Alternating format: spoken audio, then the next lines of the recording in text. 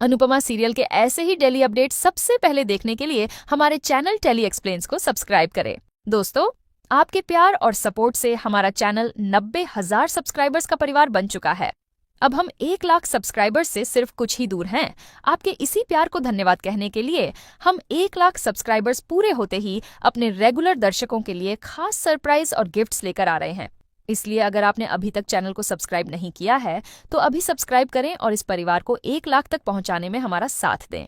आज के एपिसोड की शुरुआत में अनुपमा मीडिया से कहती है कि मेरी रजनी देसाई से कोई पर्सनल दुश्मनी नहीं है, लेकिन उसने हमारे साथ बहुत गलत किया है। उसने मुझे और मेरे चोल वालों को धोखा दिया है, जिसके लिए उसे माफी मांगनी होगी। अनुपमा डिमांड रखती है कि रजनी को लिखित में माफी मांगनी चाहिए या सबके सामने ऐलान करना चाहिए कि वो इस प्रोजेक्ट को कैंसिल कर रही है। हम यही चाहते हैं कि रजनी इस प्रोजेक्ट से पीछे हट जाए। रिपोर्टर अनुपमा से पूछती है कि हमने सुना है कि रजनी की बेटी भी उनसे नफरत करती है, इस बारे में आप क्या कहना चाहेगी? यह सुनकर रजनी गुस्सा करती है और सोचती है कि अब अनुपमा इस बात को मेरे खिलाफ उपयोग करेगी।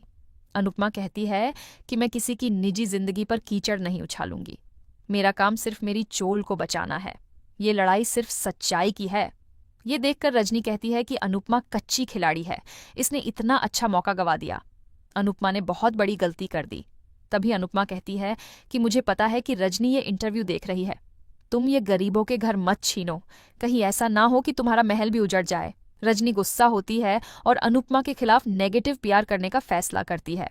इसके बाद जसप्रीत आती है और अनुपमा को रजनी का इंटरव्यू दिखाती है, जिसमें रजनी कहती है कि अनुपमा मेरी सहेली नहीं बल्कि आस्तीन का सांप है और झूठी है।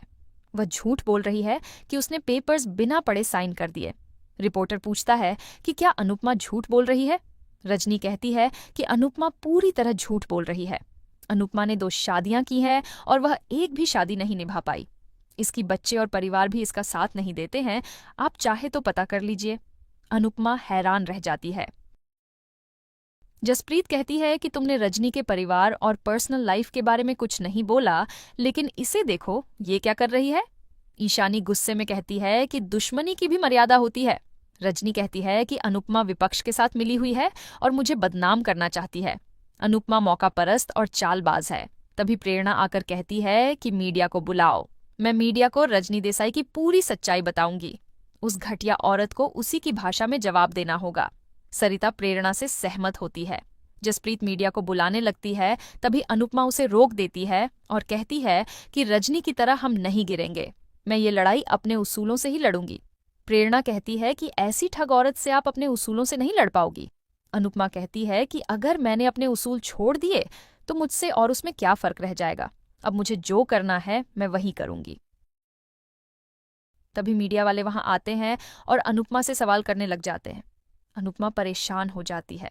दूसरी तरफ माणिक पराग से कहता है कि इतनी बुरी हालत में तुम्हें मुझे बुलाना चाहिए था। वसुंधरा भाभी को मिन्नतें करके मुझे बुलाना पड़ा, क्या ये अच्छा लगता है? मोटीबा कहती है कि मदद मांगने के लिए सिर झुकाना ही पड़ता है। माणिक कहता है कि आप चिंता मत कीजिए, चाहे जितना भी पैसा लगे मैं इस घर को छुड़वा लूंगा। आप जब तक चाहे इस घर में रह सकती हैं। आखिर मेरा घर आपका घर ही तो है। पराग हैरान होता है। प्रेम भी गुस्सा होता है। माणिक कहता है कि ये घर में छुड़ाऊंगा तो ये मेरा घर ही होगा, लेकिन आपको इस घर में कोई तकलीफ नहीं होगी। तभी पराग माणिक से कहता है कि आप व्यापारी नहीं गिद्ध हैं और गिद्ध का कोई धर्म नहीं होता। पराग साफ कहता है कि ये घर सिर्फ मोटी बा का रहेगा और पराग कोठारी के हालात इतने भी नहीं बिगड़े हैं कि वो गिद्ध को ना उड़ा पाए। पराग उसे जाने के लिए कहता है। माणिक चला जाता है। पराग मोटी बा से कहता है कि इस आदमी ने बाबूजी को बहुत परेशान किया था और उनका नुकसान हुआ था। फिर भी आपने इसे क्यों बुलाया? अपने बेटे के होते हुए आपने इसके सामने हाथ क्यों जोड़े?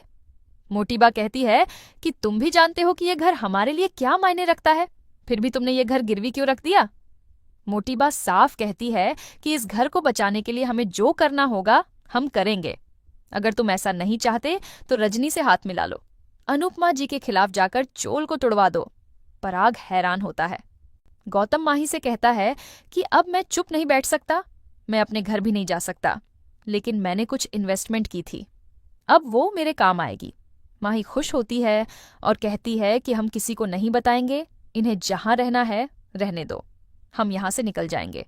दूसरी तरफ जसप्रीत अनुपमा से कहती है कि अगर हम जीतना है तो हमें भी हाथ गंदे करने ही पड़ेंगे। परी और ईशानी कहती है कि नेगेटिव पीआर बहुत चलती है, आपको भी कुछ ऐसा बोलना ही होगा। परी अनुपमा को पॉडकास्ट में जाने के लिए कहती है। सभी अनुपमा को समझाती है, लेकिन अनुपमा कहती है कि अंधेरा चाहे कितना ही गहरा हो, एक छोटे से दिए से हार जाता है। हम भी सच का दिया जलाएंगे। तभी बिल्डर आता है और कहता है कि अगर 3 दिन में आपने रजनी का ऑफर स्वीकार नहीं किया तो इस चोल पर बुलडोजर चलेगा। सभी हैरान होते हैं। बिल्डर नोटिस चिपका देता है। प्रेरणा कहती है कि अब हम क्या करेंगे। अनुपमा कहती है कि कल नया सवेरा होगा और हम कल एक नई कोशिश करेंगे। अगले दिन अनुपमा और सभी औरतें रजनी के घर के बाहर जाकर उसके खिलाफ नारे लगाने लग जाती हैं। वरुण कहता है कि इतने नेगेटिव पीआर के बाद भी अनुपमा को लोगों का साथ मिल रहा है, अब मीडिया भी इन्हीं का साथ देगी। रजनी कहती है कि मीडिया अनुपमा को नहीं बल्कि मेरी बेटी को देख रही है। वरुण कहता है कि चुनाव नजदीक है और प्रेरणा उनके साथ है, ये सही नहीं है। अनुपमा और सभी औरतें रजनी के खिलाफ नारेबाजी कर रही होती हैं। तभी वहां विपक्ष का नेता वहां है और अनुपमा से कहता है कि आप इस तरह नहीं जीत पाएंगी, आप हमारी पार्टी में शामिल हो जाइए, फिर हम आपका पूरा साथ देंगे। अनुपमा कहती है कि मुझे किसी भी पार्टी का साथ नहीं चाहिए, मैं सिर्फ अपने चोल वाले के हक के लिए लड़ रही हूँ। वह नेता कहता है कि आप चाहे तो हम मिलकर रजनी का असली चेहरा दुनिया के सामने ला सकते हैं, हम आपको पार्टी का टिकट भी दिलवा सकते हैं। अनुपमा कहती है कि आप मेरे पास इसीलिए आए हैं क्योंकि मेरे पास विश्वास की ताकत है, मुझे मेरे देश के कानून पर पूरा भरोसा है, इसलिए मुझे किसी भी पार्टी के सहारे की जरूरत नहीं है। विपक्ष का नेता चला जाता है। दूसरी तरफ पराग लोन चुकाने के लिए कुछ दिन की मोहलत मांगता है, लेकिन काका कहते हैं कि तुमने मुझे कहा था कि डील साइन होते ही तुम मुझे रकम लौटाकर घर वापस ले लोगे। अब तुम्हें कोई भी लोन नहीं दे रहा है, मेरी भी मजबूरी है, अगर मुझे धंधा करना है तो इस घर को नीलाम करना ही होगा। ये सुनकर सभी लोग हैरान रह जाते हैं। मोटी बा घबरा जाती है। काकी मोटी बा से कहती है कि मैं आपका दर्द समझ सकती हूँ, आप चाहे तो कुछ दिन हमारे घर रह सकती है। पराग उन्हें धन्यवाद करता है और कहता है कि अभी मैंने हार नहीं मानी है। पराग काका से अनुरोध करता है कि कुछ दिन मुझ पर भरोसा कर लीजिए, कुछ दिनों के लिए नीलामी टाल दीजिए। काका पराग को 2 दिन की मोहलत देते हैं और चले जाते हैं। मोटीबा पराग से कहती है कि रजनी से हाथ मिलाने के लिए तुम्हारे पास 2 दिन है। पराग असमंजस में पड़ जाता है। दूसरी तरफ अनुपमा नारे लगा रही होती है। वरुण रजनी से कहता है कि प्रेरणा हमारे खिलाफ है, ये सही नहीं है, आप अनुज कपाड़िया का नाम यूज करो या कुछ भी करो, क्योंकि अगर नारी शक्ति मोर्चा अनुपमा के साथ जुड़ गई तो सब खत्म हो जाएगा। इधर सरिता अनुपमा से कहती है कि हमें पत्थर फेंकने चाहिए। अनुपमा कहती है कि नहीं, हम ऐसा गलत काम नहीं करेंगे। अनुपमा नारे लगाना शुरू कर देती है और चोल वापस देने के लिए आवाज उठाती है। रजनी अनुपमा को रोकने के लिए किसी को फोन करती है और इसी के साथ एपिसोड खत्म हो जाता है। अगले एपिसोड में देखने को मिलेगा कि रजनी अनुपमा के घर में आग लगवा देती है। अनुपमा को राही फिक्र होती है। राही बताती है कि प्रेरणा घर के अंदर है। अनुपमा हिम्मत करती है और घर के अंदर चली जाती है। इधर रजनी अपने प्लान से खुश होती है। सभी घबरा जाते हैं और सोचते हैं कि शायद प्रेरणा के साथ अनुपमा भी जल गई है।